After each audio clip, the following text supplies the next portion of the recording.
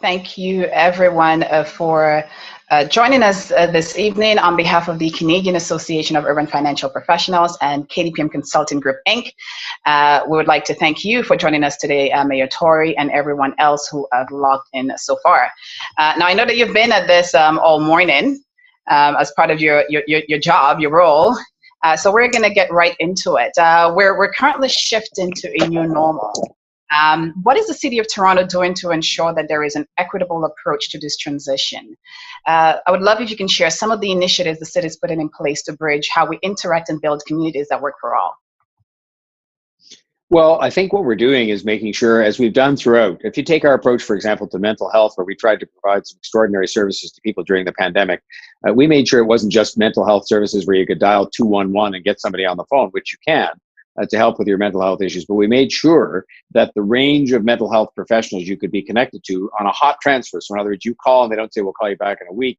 You get transferred right to somebody who can help you. We made sure, for example, that there were 2 organizations, now I'm going to have to check on the names, but you'll know them, that were involved directly in that. The Caribbean African Canadian Social Services for Black residents and Across Boundaries for Black and Indigenous peoples, persons of color. Those are 2 of the organizations that we had as part of the 7 that served people, so that we could make sure that the particular and becoming better known to me issues with mental health that are faced by members of the Black Canadian community were able to be addressed in that kind of focused way. And I will just tell you, we're adopting the same approach with respect to the reopening and recovery, which is to make sure, I think right at the table now, and again, I sometimes have to look these things up, but right now we have at the table, for example, in our Black Resilience Cluster, we have as part of that program we put together with the United Way, neighborhood by neighborhood across the city, we deliberately and specifically have a Black Resilience Cluster. And I think you'll see this is the beginning, one of the many beginning chapters as a result of our whole experience with our anti-Black racism strategy, where we are starting to make sure that every time we are doing anything, whether it's something as major as recovering from this terrible pandemic or other things day to day, that we have specific representation, not reading a report or relying on something somebody told us. We have people at the table. So we actually have a Black Resilience Cluster. And that is the kind of approach that we're taking to make sure that the new normal both takes account of the particular circumstances of different groups of people and takes account of the fact that everybody's experience hasn't been equal in all of this, and that we need to have that lived experience and current lived experience reflected at the table. So, we're going to be making every effort, and to the extent people on this call, these are professionals that are out there, and I was pleased to, as you know, to visit with them maybe a couple of months ago at the TD Center. But to the extent people feel we're not doing that, then they should let me know personally, or let me know through Anthony Morgan at the CABR, because I really want to make sure that we're sensitive to that. Because look, let's be honest about this as well. We're just starting down the road now. And I hope you're proud of the fact that your city, your mayor, your medical officer of health, the chair of your public health committee, Joe Cressy, we stood up and said a long time ago, in the face of others saying they wouldn't, that we would collect data on the basis of race to make sure that we could then analyze and support people who may be disproportionately affected. Today, we took another step in that regard, and that we put out a map and a system where you can put in your own postal code and find out the prevalence of COVID-19 in your neighborhood. And when you look at the map, and you look at how the positive cases have been spread around, we will find, I'm sure, when we analyze them, and I haven't done this analysis, so I can't say for certain, but I'm pretty sure that when you see the patterns, you will see that they are prevalent in certain neighborhoods that are disproportionately lived in by people of lower income, people of different other different attributes. But it also will mean people with Black and brown skin and newcomers to Canada, for example, are disproportionately represented in those neighborhoods. So as we now say, as I said today, this represents an opportunity to provide more support to those neighborhoods, as opposed to an opportunity to in any way stigmatize them, which is why I supported making the data public. I think we can take our cue from that and say, okay, that's another opportunity for us to do that. And that's excellent. And with the data now, we have more knowledge, we can provide more targeted service. And I'm happy that you brought on the anti-Black racism unit, which is the first of its kind, again, in North America. So we commend you on your leadership on that.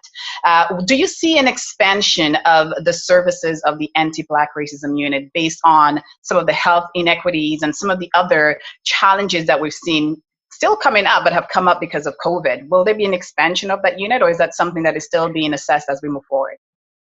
Well, if necessary. But you see, what I would say, and I'd say this if Anthony Morgan was on the call, which you might well be, but on the viral broadcast here. But what I would say is what's more important than the size of the anti-Black racism unit is, can they persuade the people inside the government, to the city government or any other government that has to be persuaded, to make sure that we allocate the resources that are needed to specifically address the needs, I'll call them the things that relate to the social determinants of health.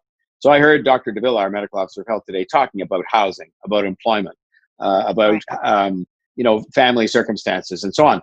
Those are the things that the anti-Black racism unit, if you look at their mandate in the broadest sense, yes, it was meant to wipe out hate and discrimination and racism, but part of that as well was to make sure there was an equitable opportunity available for Black Torontonians in their employment search, in their needs for housing, in their treatment under mental health. Because I've become convinced now that I've read about this. I proclaimed a Black Mental Health Day in Toronto, and people said to me, "Why are you proclaiming that?" I thought, you know what?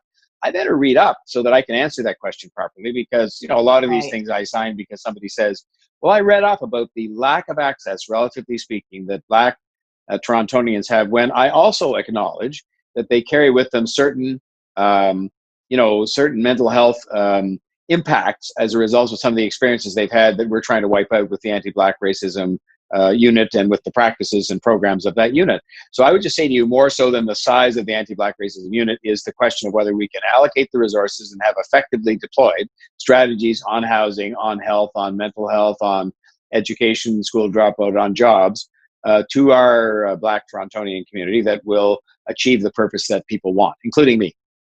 Yes, yes. Now we've heard about your mandate around ensuring that we have access, and there is the Black Mental Health Day, but also recently the Mental Health Commission also stated that African and Caribbean Canadians were more exposed to factors that are linked to poorer mental health due to lower affordable housing, higher employment, higher risk of poverty, and we know that a lot of the Toronto is also grappling with financial uncertainty as we deal with the pandemic and how it's kickstarting our economy.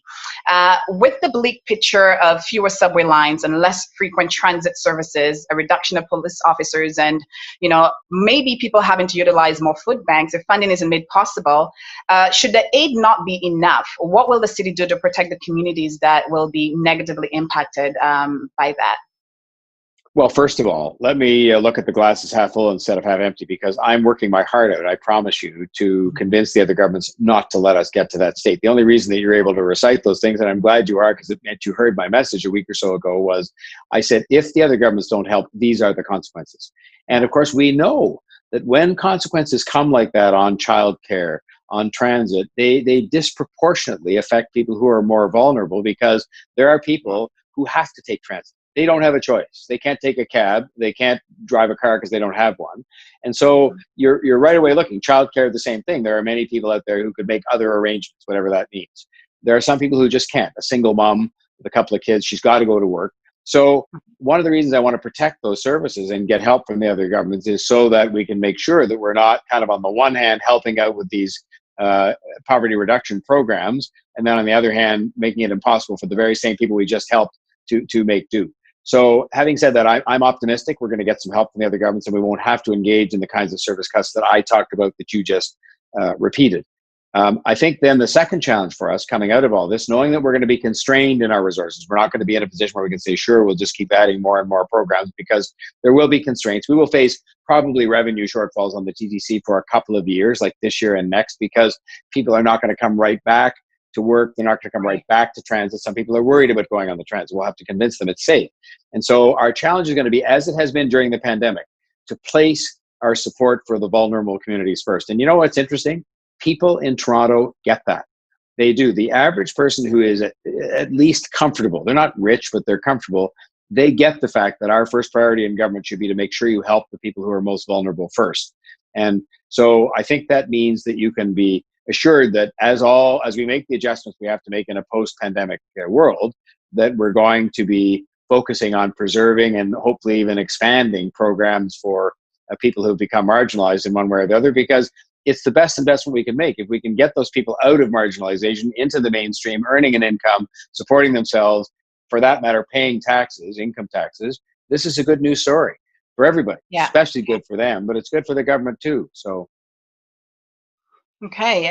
Speaking of, mobility and the trains and streetcars and buses and getting back to work, and you are spearheading a collaborative partnership between the municipal, provincial, and federal governments.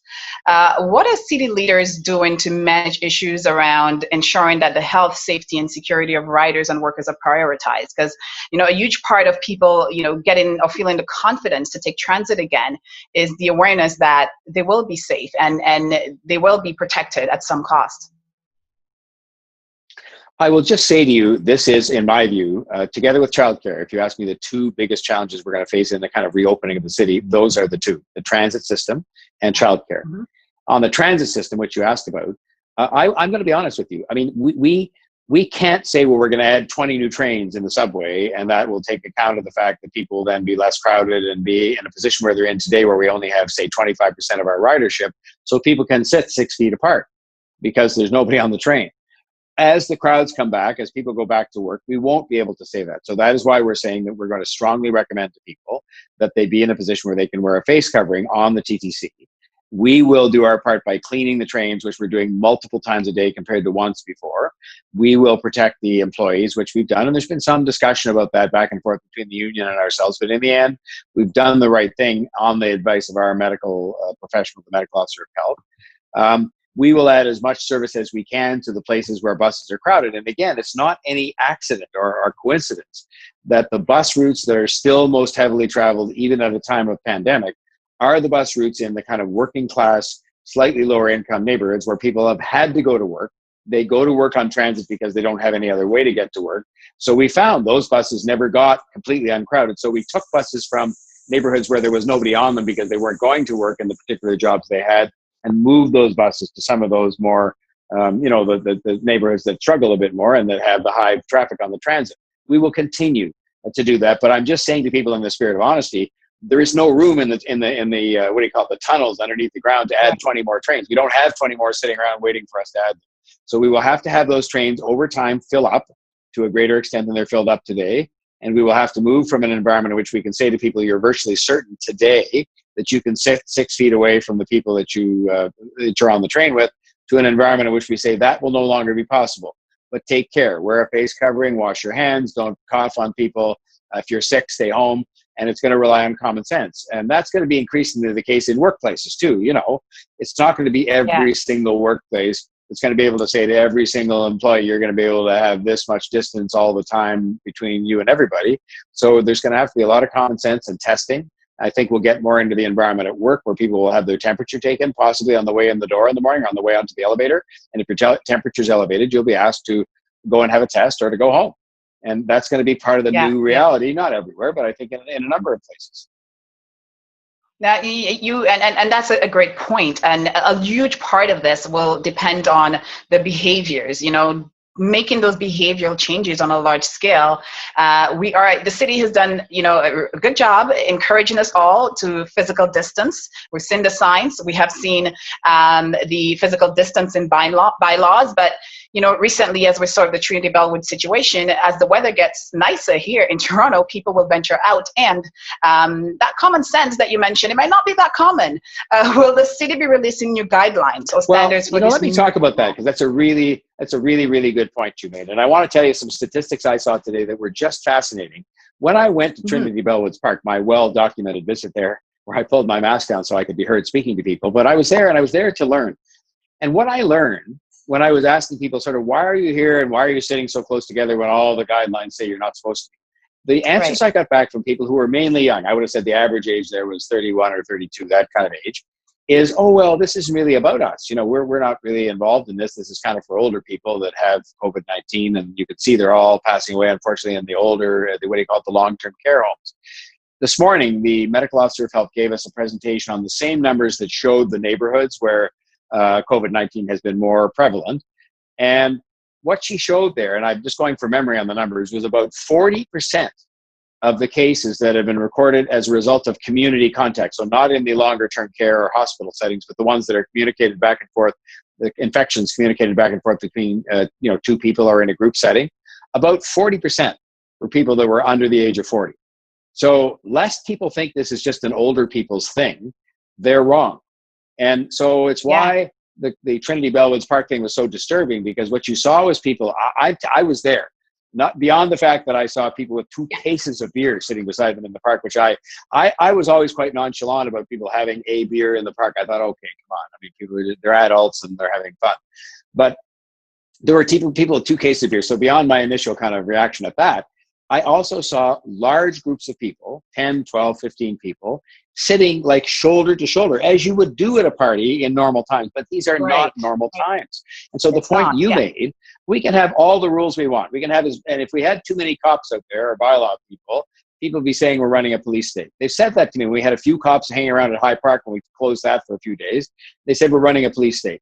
So when you have a fewer number of cops and you say, okay, you have the responsibility yourself to decide you're not going to sit too close to people you don't live with, and that you're going to space between the groups. So tomorrow morning, we're starting to paint circles at Trinity Bellwoods Park to remind people. But in the end, they're only being reminded of what is their personal responsibility to follow that rules, not to wait around for some cop to show up to tell you. So you're right. A lot of our success going forward is going to depend on personal responsibility, like it does every other day.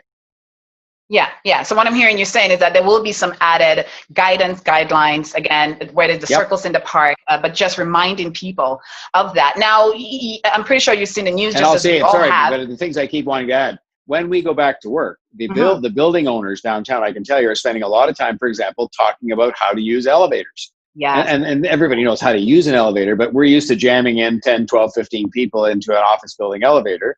That's not going to be the way it's going to work anymore. I don't know what the plan will be, but it can't be 15 people jammed shoulder to shoulder in the elevator. So those are the kinds of things, again, that are going to rely on, yes, the buildings will help with that, but people have to cooperate, and not just try and jam themselves on the elevator when people are kind of going, hey, like, you're supposed to be playing by the rules here. Absolutely. And a lot of people are still grappling with the uncertainty, and there's quarantine fatigue. People want to see their families. They want to, we saw it. It was evident in the park in terms of what happened. Now, there's also the talk around if there were a different demographic in the park, if it was mostly Black or brown people, there would be more tickets handed out, or there would have been more cops. Has there been any discussion between whether it's Toronto Police Service or the York Region Police Service in terms of racial bias and policing, or the over-policing of black lives? Is that something? I will tell you that the answer to that is the answer to that, as far as I know, is no. And I'll tell you why, because no one has brought to my attention. There's been this suggestion that if that park had been full of black-skinned people or brown-skinned people last Saturday, that there would have been more cops. I don't think that's actually true. I think they'd allocated a number of cops to the park just based on a crowd. And by the way, I can tell you right now, there were lots of diverse people. You cannot go anywhere in Toronto and have 10,000 people and not have diversity. I mean, that's the wonderful thing about our city. And I can tell you, I was there and I saw lots of faces of different, cultures and different groups of people, different races and skin colors. But having said all that, I haven't heard complaints to the effect. If you look at the fact that only like a few hundred tickets over a period of like 8 or 9 weeks since we had these bylaws in place about physical distancing. So over 8 or 9 weeks in a city of 3 million people, of whom about 1.5 million are by definition diverse, that we've handed out like several hundred tickets, not several thousand, not tens of thousands. I'd be very surprised if you found that there was some disproportionate practice of giving those to Black or brown skinned people. I just don't, and I haven't heard about it. Like, I've heard about it as this kind of hypothetical that's asked about. I can tell you right now that if I thought that was going on, or if anybody brought that to my attention and said, I can document for you because we were at a certain place and there were Black people being harassed or brown people, I would take action on it immediately by raising it as a member of the Police Services Board. I just haven't heard of it happening. But I think it's one of those things in our city, especially, where we have to be continuously conscious of that and watching for it, and not just waiting for somebody to complain, but keeping an eye. And I just think with the limited number of tickets that has been given out in total, that I'd be very, very surprised if we found that was a problem in our city at this point. I think it's been a bigger challenge for us that if you did the disaggregation based on race of the neighborhoods that I talked about today, you would find more African Canadians would have been affected by the virus, as we've seen in the US. But I think that's more a function of socioeconomic status, which can be a product of anti-Black racism and various things, than it is of people, dealing with that community in an inequitable way. But I stand to be proven wrong, and I wouldn't, if I was proven wrong, I'd be distressed about that, and I would act on it. I promise. Well, the good news is we're having a conversation about it. So at least the city, the people who are Yeah, watching know that you are open and your door is always open to have those hard conversations. And as you mentioned, totally. one of the things we love about Toronto, it is one of the most ethnically diverse cities in the world, thanks to the many immigrants, the cultures, the traditions and music, the people who actually make up Toronto city culture. How is the city planning on tapping into the leadership as we continue to rebuild and reopen and create this new normal and rebuild the city culture of Toronto? Well, I mean, we want to tap into leadership from every sector. So I was really pleased that on the agenda of City Council for tomorrow, we are meeting tomorrow, is, for example, a special tax treatment for live music venues that feature local artists. Like, we're not talking about the Scotia Arena, but we are talking about music venues. We know that there's huge leadership in our music community within the African Canadian community as well, and vice versa. And so we're doing things to sort of try and reach out to every community in the city we can, whether it be cultural as in music, art, and so on, or whether it be cultural communities by way of people's backgrounds. And we've plugged in some of the organizations. Again, I have it somewhere in my notes here, but we've had huge organizations involved, for example, in our food security programs as we've gone through the pandemic. And I was just saying today at the news conference that a lot of those programs are programs we've now found are so good in terms of what they do to address a real need, we're going to have to continue with them. But I can name you the African Food Basket, Taibu on the mental health side, Black Health Alliance, Margaret's House, Black Legal Action Center, and so on. And so we've already got those people at the table. We are seeking advice from them. We are not deciding we know how to best address some of the needs coming out of the recovery of the Black community. We're asking organizations, knowing full well that there are people in the community who say, none of those organizations represent me, and we face this in every community. It's hard. Who was I with last night? Oh, I had a meeting like this with our LGBTQ community yesterday, and I said, look, I want to have somebody at the recovery reopening table that's there, but I said, heaven knows how you're going to select one representative, because the table's not that big. Yeah. It's not like 200 people. It's like a smallish table. How are you going to pick one person from the LGBTQ community, which, like the Black communities, and I always say Black communities because there are multiple communities, and you know this better than I. Yeah. So I would say nonetheless, though, that we have those organizations plugged in because we want to know. Please sit at the table and speak up when you say, well, you're not thinking about the particular circumstances of African Canadians when you make that decision or when you devise that program or put in place that rule. And so I would just hope that we've proven our good faith, I think, by involving them in every aspect. I mentioned mental health. Yeah. I just mentioned the community coordination plan and the Black Resilience Caucus. And if you think we're doing an inadequate job, then through Anthony or directly to me, then I would have you tell me if in the transit area or in the child care area or this area or that area, because we're going to have people hopefully plugged into all those areas of direct service delivery that we're involved in. So as we reopen and recover, we can make sure that we're getting the input of the people we're trying to help, as opposed to just deciding everybody at City Hall knows best. Yeah, absolutely. And I know you've mentioned, the different mental health, programs and groups that you have been in touch with and who are part of the recovery conversation. In terms of the Toronto public health side, the requirements of the current occupational health and safety legislation, will there be any, or is there a discussion or a point on the table to include new mental health guidelines for the workplace? I know currently it's health and safety. Will there be health and mental health safety? And where I see this making an impact, Mayor, is can we get a little bit more support in terms of racially and culturally diverse workplace well-being programs in the workplace? We know that there are the community programs and so forth, but when it comes to the actual workplace for the second wave, will there be an update from the Toronto Public Health in terms of mandating the workplaces to be a little bit more inclusive? I just don't know the answer to that question, but I will say this. I think there's going to be some profound changes that will have taken place during the pandemic. We all talk about the marvels of people working from home. And I think I had to do it for 2 weeks when I was quarantined. And I went for the first 9 days, I think, ever in my whole life without seeing another person for 9 days. It was quite bizarre in a certain way.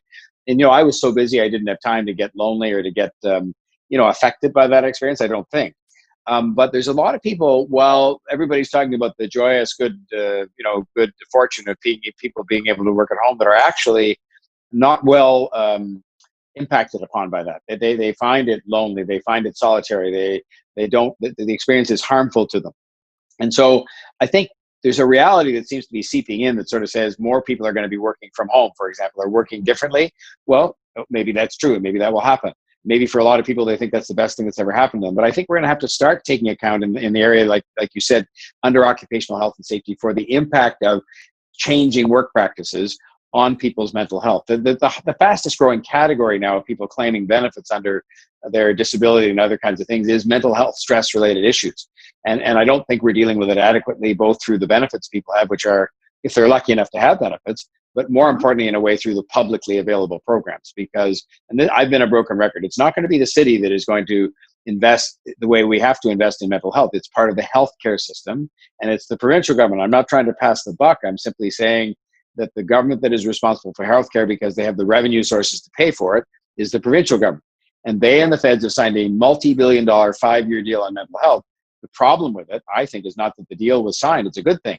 I have yet to see, and I told this right to the Prime Minister, I've yet to see very much evidence of that $5 billion or whatever it is being put to work, because that's going to manifest itself in programs for people in the Black community who are having mental health issues as a result of their work. Or it will manifest itself in addiction programs for people who have that burden to bear in their lives, and so on and so forth. So I think a lot of it is going to result in programs that happen outside of the workplace that are meant to support those who are suffering inside their workplace, where they may not have the sophisticated benefits that I'm lucky enough to have as a public servant, for example, where if I had mental health problems, I could actually, covered by my benefits, go see somebody and get them to help me. Right. Okay. We do have a question. I'm just going to take a question here from one of our attendees. Is the city ready for a worst case scenario, like the increases the numbers of Black rate unemployment?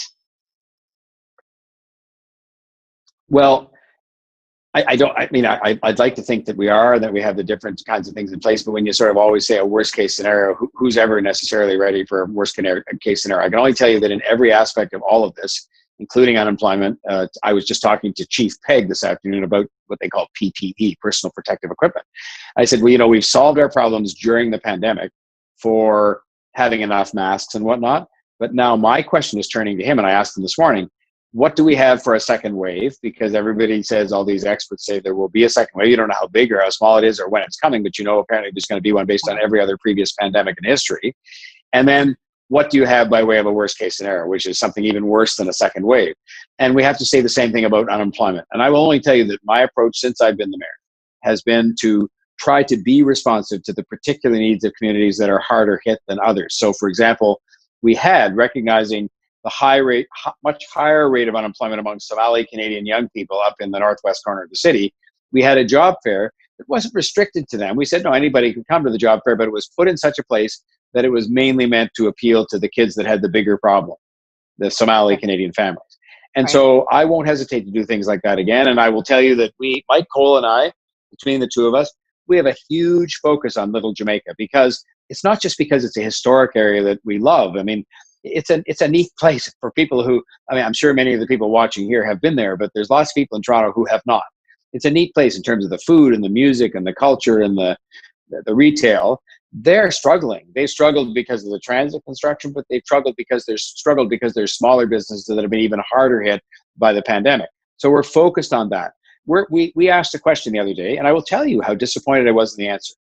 We asked a question, could you tell us the sales or the purchases made by the city that have resulted from our social procurement policy, the whole purpose of which was to have minority-led businesses, so-called minority, diverse-led businesses, get access to city purchasing. We buy billions of dollars of, you name it, we buy it, pencils and paper clips and cars and trucks and, you name it. The answer was they couldn't tell me. 2 years after we put the policy in place, I went as mayor proudly to announce that we were going to have such a policy which would make sure that diverse-led firms were given a chance to bid. Didn't mean they'd win every time, but if they're given a chance to bid, they will win. And they couldn't tell me the business. And I was very upset about that. And I told them, I said, well, what's the point of having the program if you can't tell me that some people are winning contracts because they were invited to bid that are, say, Black-led businesses? So we're going to be getting, even more serious about that. And that's going to be part of addressing... Mayor, so I just wanted to go back to that point. So what do you think the breakdown was in terms of, was it a communication of awareness around that, or where was the breakdown in your opinion? I think the breakdown becomes that unless you're holding people to account like almost every month, we're all human beings. When I ran a big company, I was held to account every quarter at a board of directors meeting. When I'm mayor, I'm held to account every 4 years because I have to get myself reelected, but I'm held to account by the press pretty well every day.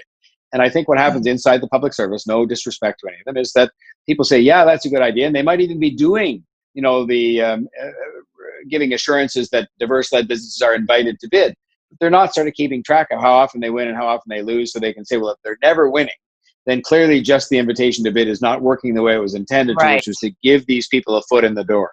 And so it's a matter of accountability. And if they have to be accountable to me when I ask the question and people say we don't know, then my answer to that was, in a very polite way, well, we better find out, and we better go back and look at the past numbers and sure be certain going forward that every month or every quarter you can tell me what were the success stories. Because you know what else?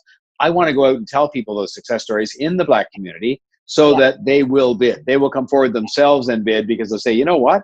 My friend Harry bid on a contract, he won it, and now he's supplying pencils to the city and is his biggest customer. I want that to be repeated, because Harry, if he won the contract, is doing a good job supplying the pencils at a good price. I want to know Harry, because we can save money doing that too, as well as creating jobs in different diverse communities. Yes, absolutely agree. And success stories within the communities as well also build trust and faith, and people will see that. Absolutely. Yeah. So we have another question here from Lucy. How will the city address a situation with summer camp restrictions? Will there be enough alternative to support parents in organizing safe summer for the children? Well, I'll tell you right now, here's what we had to do. And I think people will understand this. Because of the fact that I was announcing the same thing for childcare today, there are going to be significant changes by necessity in the way childcare is delivered, in terms of how much staff you have, how you distance the children from each other, and so on and so on, disinfection procedures. And so with camps, we realized that we'd had 100,000 people sign up for these summer camps, but they'd signed up on the sort of the camp model that was built on the old model, which was pre-pandemic. Right. So what we did is we decided it was better to cancel all the camps and give everybody a refund. And I was told today almost all the refunds have been sent out. And then start over, and with the optimistic goal of having a new set of camps that we hope can be available, if we can make them available within the public health priorities, by the mid-July. We've said at the earliest mid-July. So that would at least give 6 weeks till school starts again to the families. And then, since the new camps will by definition be able to take in fewer kids than the old camps, because you've got, more restrictions on the group size and all that kind of thing, we talked today about how we can make sure that the priority, and what's going to go down to about 50% of the spaces we had before, is given to the people who need the help the most. And so that's a harder thing for us to do.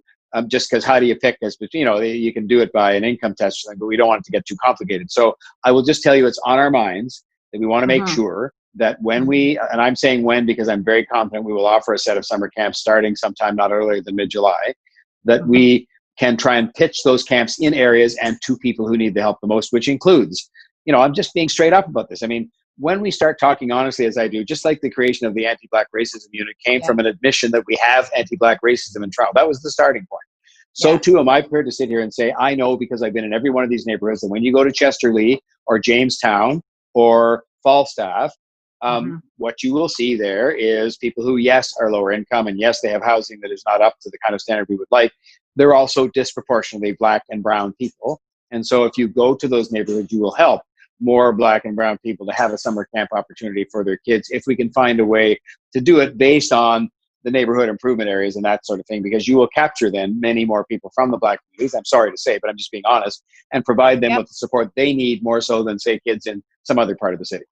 Yeah, absolutely. And as you mentioned, a huge part of it is that personal accountability. And even with the Trinity Bellwoods situation, when the online report started, you immediately stepped up and offered an apology and also acknowledged your part in the sense of, that responsibility. We will mess up sometimes. It's not about getting everything. This is the first time we're going through a pandemic.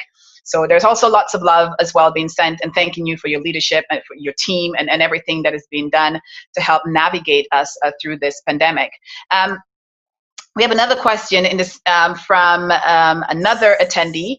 Many actions have been made to help people who lost their jobs, but not enough action has been made to new Canadians and newcomers who didn't have a job opportunity before the pandemic. What can this group of people expect from the city? Well, I'll be honest again in saying that the city itself is not in a position where it runs social programs simply because we don't have the revenue sources. We rely on the property tax basically only, plus the land transfer tax, to get money to provide the sort of police and the fire department and the things we do. We deliver social programs that are largely financed by the other governments. So I would just say to you, I can't sit here and say, well, fine, we're going to take all newcomers or all people who are previously unemployed and have a program to do an emergency benefit for them that the city will do as opposed to what the federal government did. What we can be is powerful advocates. And so if there are people that are going to benefit from, whether it's training programs, community benefits arrangements we make, special arrangements we should ask the federal government to put in place within the context of the emergency benefit to take account of the specific needs of newcomers, then people need to educate me through Anthony or through my own office, through Kemma in my office. And I will take that up because I think these programs that the federal government, they can't be one size fits all programs because our country is too diverse. And thank God for that. So I would just say to you that we will try to provide the kinds of supports we provided, for example, for entrepreneurs. So we've said, if you have a small business going, the best thing you need to have going for you if you're a small business is to go online. Because if you can take your customer base, which is 100 people in Toronto, and suddenly be on the internet and have 7 billion people as your customer base around the world because your product, whatever it is, might be of appeal to somebody living in Australia or British Columbia or Oklahoma, then that's terrific. And we're doing that in hundreds of businesses where we supply the expertise for free to get your business online so you can start selling online. And it's been a huge success. Thousands of companies are meant to be provided that service during the pandemic, for example. These are the kinds of things I think we can do to help. Because look, we also know that the reason that so many newcomers to Canada, and including Black African Canadians, have ended up as entrepreneurs is, yeah, they're entrepreneurial, but they've really ended up there because they couldn't get access to a job in the mainstream. So they were almost pushed out to become entrepreneurs, and they've been very successful at it, but they need that help, a little bit of that extra push to get them online or to get them some help with community benefits or even to be part of our procurement process, as I was mentioning earlier on, so they can sell pencils to us if that's the business they're in. So I can just assure you within our range of things, which is a little bit narrower from the standpoint of economic development, we will be paying attention. I mentioned Little Jamaica, the very fact that I've got that in my head and saying, look, we're going to go there, and those are a series of Black-owned historic heritage businesses that are very much a part of the cultural fabric of this city. We will be going there to provide help. Mike Cole is incredibly determined to do that in this city because it's an important part of our history and of our economy and of employing people who might be slightly more marginalized. Yeah, and I have to say, Chris and his team with that business initiative, getting businesses online, and there's also a section dedicated for women entrepreneurs as well. So again, people might not know all of this is available, but if you're on the mailing list, feel free to reach out to the city to get some more information. And you're right, the more feedback we give you, the more we communicate with your office and let you know what the gaps are. I'm pretty confident that yourself and the team will take it and put some action behind it. Now, I know one of the questions people have is, when can we start seeing family and friends again? Is that coming very soon? Just as you mentioned, with the summer program coming soon. I know you might not have a hard date for us right now, but is this something people can look forward to? So here's my best guess. And I'm just, again, I sit with the medical officer of health every single day. And we said today that I think the majority sentiment in Toronto is open things up as quickly as you can, but don't go any quicker than you should. And I think that's the sentiment. People want to see it happen, but they also don't want to see it happen if it's going to risk their health and the health of their neighbors by having a big second wave that comes or some second outbreak. My guess, and it's only a guess, is that you'll be looking for that sort of whole two-bubble thing, mixing up more with your relatives, meeting in slightly larger groups. I don't think you're going to see that before, well into the middle of June or a bit later. Like, you'll see an announcement that we look ready, but it's going to depend. And this was the advocacy we were putting forward today. We, meaning myself, the Toronto Medical Officer of Health, which is it should be governed by the numbers, not by political science, not by throwing a dart at a dartboard and saying, okay, it's June the 12th. But by looking at the numbers. Now, we saw a really good day today, best day since I think April that we've had on the numbers of new cases. And today, all the medical officers of health in Ontario sent 3 or 4 measurements that should be used: the rate of hospitalization, the rate of reproduction of the virus, new cases, and so on and so on. And I think if we can put those out almost on one of those big, it's like when you have a campaign to raise money and you have a thermometer out there that shows you how you're doing. If we can have those on TV every night, not the ones telling us how many new cases there are, because that in a way is kind of interesting, but not going to determine anything. But say, all right, here are the 4 things we're all watching together. The government's watching it, business is watching it, People are watching it. And as you see those things go, here's where we are, here's how we have to get to. And I think you'll see that'll happen over weeks, not days. And I think it's going to be gradual when we get there to stage 2. I don't think it's going to be all of a sudden every restaurant, every business is going to be open. I think you'll see that we've been slowed down a little bit by the fact that we've had some, bouncing around in the numbers like this. And that means we can't really quite conclude we're ready to have a wholesale reopening, because when asked today on these graphs that showed it went like this, down and then back up again, what were the 2 things that contributed to that? The best guess they had was, number 1, Mother's Day. Believe it or not, that they said a number of people said, oh, well, it's okay. I can just go and see my mother or my grandmother or whatever, and I can just take 2 of my kids with me. All of a sudden, you had a group of 4 or 5 people with a very vulnerable older person, because by definition, older people are vulnerable. The second factor, the modest reopening we already did. And that put enough people into stores that it brought them into contact with each other. And if they weren't wearing a face covering and whatnot, because what other explanation do they have for community spread? So I'm just saying that's why we're cautious. And I know people get frustrated by that, but I think they will be thanking us for being cautious and doing too little than they would be for doing too much and all of a sudden having a terrible shutdown that started again on, July 20th. Right. And totally understandable. Now, based on today's report, just another question that came in. Infection rate is high in the northeast and west of our city. What is the plan? Is there a plan to help our community in these areas? Yes. And I talked to Premier Ford. I think it's going to start with much more extensive testing going on specifically in those neighborhoods, because as you test people, you slowly bring out the people who have positive results, and you can, there's a lot of people going around in the city right now that have the virus and don't know it because they've had no symptoms. And that's across the city. And so, but as you test and determine who the people are that are positive and therefore might be spreading the virus to others, and they might be living in an apartment with 6 people. And, the people in that apartment, in a small apartment, are very much at risk by that one person who's carrying the virus. So I think the testing will help us to deal with that. It then raises the question, well, if they're in an apartment with 6 other people, how do you have them self-isolate for the 14 days? And we will have to answer that question.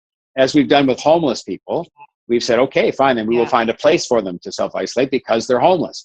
We may have to get to the stage where some of these people living in these congregate settings in apartments with a lot of other people, the best thing we can do to stop the spread is to say, fine, we're going to offer you the option of living in a hotel room or somewhere like that for a period of time during the 14 days. So I think we're going to support through education to make sure we remind people in those neighborhoods that here are the things you have to do to stop the spread. We're going to do it through testing so we can identify where there are particular groups of people that might be already infected by the virus, and a variety of other means. We're not going to say we're going to change their housing overnight, because we can't change housing overnight. But we're certainly working on those things in the medium term and saying, okay, we've got to have much more new, higher quality, affordable rental housing. And we've got thousands of units that are in the pipeline now to deliver that in a way that no administration has delivered it for decades. It's absolutely encouraging to hear that at least there is some sort of interim plan to help manage that. I know we're wrapping up, Mayor. Is there anything else you would like to let the professional community know, just the general public? We know there needs to be a lot of personal accountability. We know that your team is doing everything possible they can. No one's perfect. Compassion and empathy has to be a huge part as part of this recovery and reopening. And we all have a role to play. Yes, we are under your leadership, but there also is an onus on each and every one of us to ensure that we are also doing our part. Any final words as you leave us here tonight? Sure. It's very simple, really, because we've covered it all tonight. But I'd say, number 1, please just follow the advice that you've received about physical distancing and about washing your hands. I mean, it's pretty straightforward stuff about not mixing in and having parties in your backyard, as much as it might be tempting to do so with people you don't live with, and that sort of thing. Secondly, I would say try to help educate people who may be seemingly less aware of that, not by lecturing people or phoning snitch lines. There's no such concept as that, but rather just help people along. Some people are not as tuned into the news. Thirdly, volunteer. We've had a lot of great volunteerism going on in the city with the food banks and different things we're doing to help people who are more vulnerable. And finally, I'm issuing an open invitation. I was so impressed with this group when I met them. I told many, many people about the fact that I met with this group and how accomplished everybody was, and but at the same time very plugged into Black Torontonian issues, obviously by nature. I want to hear from you. So the fourth point is to give me feedback, and you can do it through Anthony, you can do it through Kemma in my office, you can do it directly to me. Everybody has my contact information. I want to hear from you. If there are people being left out of our plans to reopen and rebuild the community, if there are groups that need special attention, unique treatment, The reason we have all those groups plugged into the whole process is so that we can hear about that. But there are times you don't hear. With the most perfect of structures, you don't hear something you need to hear. So I just want to hear from you and make sure that we know of things we can be doing to make sure this community, which starts from a position behind some others to begin with, has suffered the same or worse during the pandemic, therefore has more ground to make up. I want to make sure we can keep going on making that ground up so people can be better employed, kids will stay in school, housing will be improved, and so on. Childcare will be available. This is what we're trying to do. We can't do it overnight.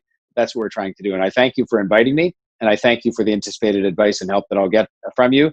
And I thank you for your patience, because everybody does want to get back to having those backyard or, party room parties, or just having a couple of people over to their apartment for dinner. We're getting there, but it's just slow and we have to be patient. And I thank you for your patience and for your understanding. Okay, thank you, Mayor. We definitely will be in touch. We will be doing a survey after this, so we will be getting back to your office as well. And again, thank you very much for your leadership, and all the best for the rest of your evening. Thanks very much, and all the best to all of you, and good luck and good health. Thank you. Thank you.